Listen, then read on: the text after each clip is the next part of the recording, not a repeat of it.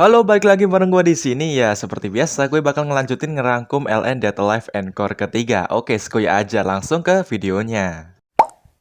Di awal cerita kita dikasih 3 kasus. Oke, kasus yang pertama yaitu Astral Dress. Jadi ceritanya gini, karena penasaran, Tohka, Yoshino, Kurumi, dan Kotori bertukar Astral Dress mereka ya.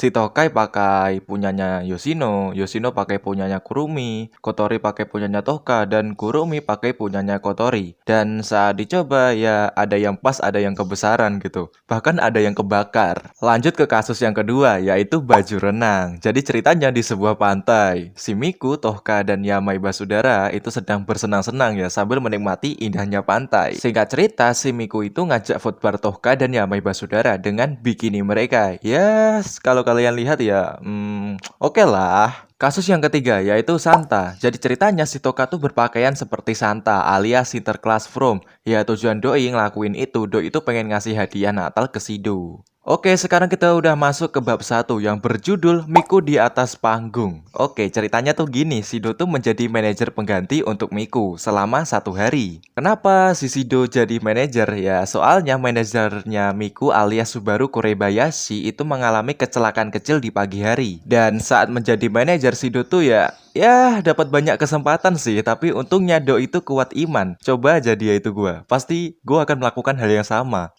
Stay halal, brother. Lalu muncul seorang gadis yang bernama Hiyori Asakura. Singkatnya, mereka bertiga itu berbicara panjang kali lebar kali tinggi. Ya, lama pokoknya. Dan akhirnya Hiyori itu ngajak Miku untuk bertarung. Bertarungnya itu bukan bertarung gelut, tapi bertarung adu nyanyi gitu ya. Alias mengikuti kompetisi untuk menjadi artis untuk sebuah lagu gambar resmi Anime World Expo. Singkat cerita, Hiyori itu menang. Terus Hido tuh tanya ke Miku, kenapa lo kok biarin Hiyori menang gitu? Lalu Miku tuh ngejawab, ya aku rasa dia itu lebih cocok daripada diriku. Dan ngomong-ngomong, minggu depan tuh ada festival musim gugur. Kamu akan mengajakku kencan kan? Ya kan? Ngajak aku kencan kan? Darling? Bab 2, penalti Shiori. Jadi ceritanya Shido tuh menjadi Shiori-chan dan dipindahkan ke kelas Shido sebagai sepupunya. Melihat Shiori, Origami langsung masuk ke mode paparazzi dan mulai memotonya gitu ya, memotret-motret Shiori gitu. Dari depan, kanan, kiri, sampai bawah. Sementara itu, Tohka tuh mencoba menghentikan si Origami.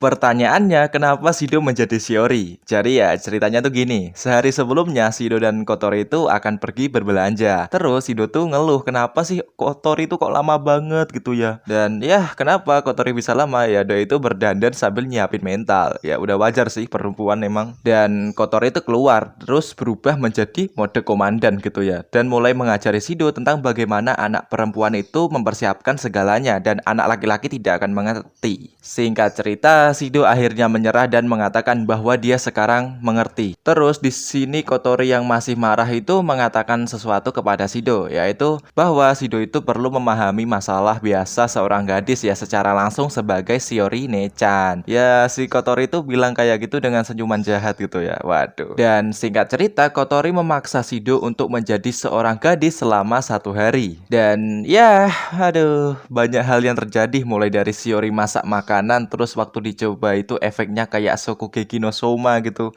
pakaiannya hancur. Dan si Shiori ketemu dengan Miku, dan kalian tahu apa yang akan terjadi ya, karena si Miku itu agak yuri. Bab 3, pengajaran Natsume. Jadi ceritanya gini, di sekolah Shido, Tamae alias gurunya itu ngumumin kalau besok sekolah akan dibuka untuk umum. Ya, alasannya itu karena besok itu hari orang tua. Dan diharapkan masing-masing orang tua murid atau wali ya, mereka itu bisa datang lah untuk besok gitu. Lalu, Inspektur Kuryu masuk ke kelas Shido untuk melihat apakah kelas itu perlu diperbaiki. Dan dia keluar. Lalu, singkat cerita, Shido pulang ke rumahnya gitu ya, karena sudah pulang sekolah. Terus si Natsume itu ngajak Yoshino ke sekolah Shido besok ya untuk menjadi walinya Shido. Ya bisa dibilang tuh pengen nyamar jadi ibunya Shido untuk menjadi walinya Shido.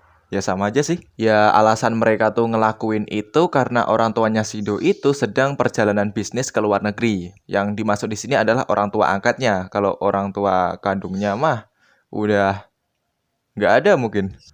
Ada sih orang tuanya si Mio, tapi gue nggak terima sih kalau dia dianggap orang tuanya Shido ya. Lebih enaknya tuh kayak ya Mio Mio aja, dia tuh cuma mereinkarnasikan Shido. Ngapa jadi bahas si Mio? Oke, lanjut. Singkat cerita, di keesokan harinya para orang tua dan wali murid itu ya pada datang. Terus di sini Natsumi itu ngubah dirinya dan Yoshino menjadi mode dewasa.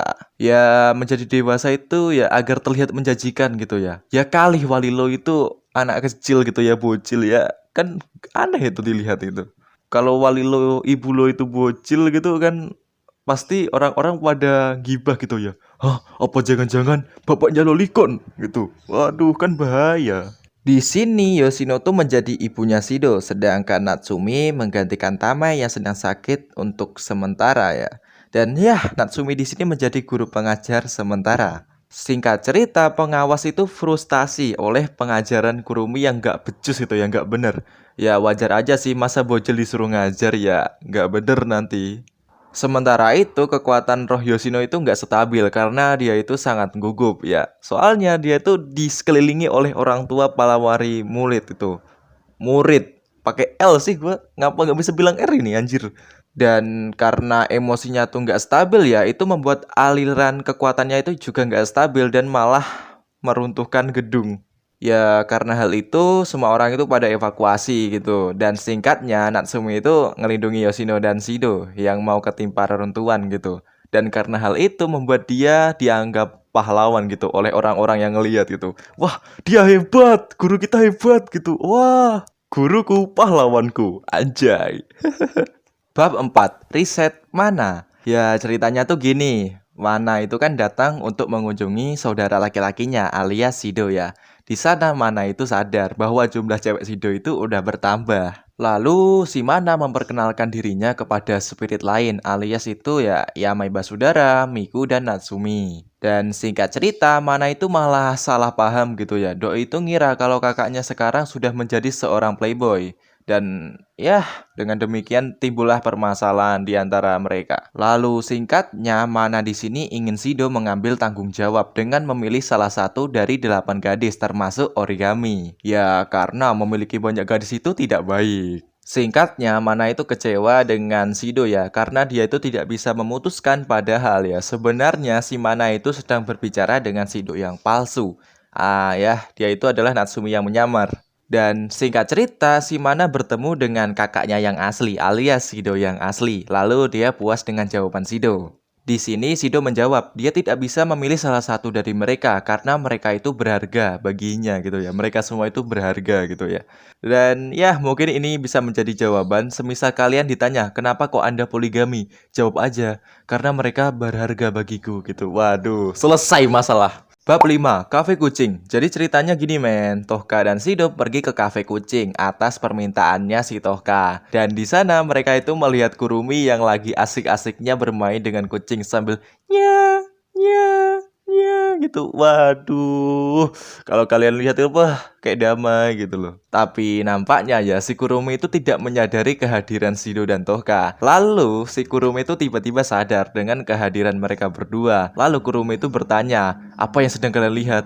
Lalu Shido menjawab, aku nggak lihat apa-apa kok. Miau. Mendengar itu, pipi Kurumi menjadi merah dan dia menjadi malu gitu. Dan Doi itu ngeletakin kembali kucingnya dengan anggun gitu ya. Waduh. Lalu tiba-tiba muncul Kurumi lain yang memakai astral dress. Rupanya dia adalah Kurumi yang asli. Dan Kurumi yang sedang main dengan kucing itu adalah Kurumi yang klon. Ya, klonnya Kurumi.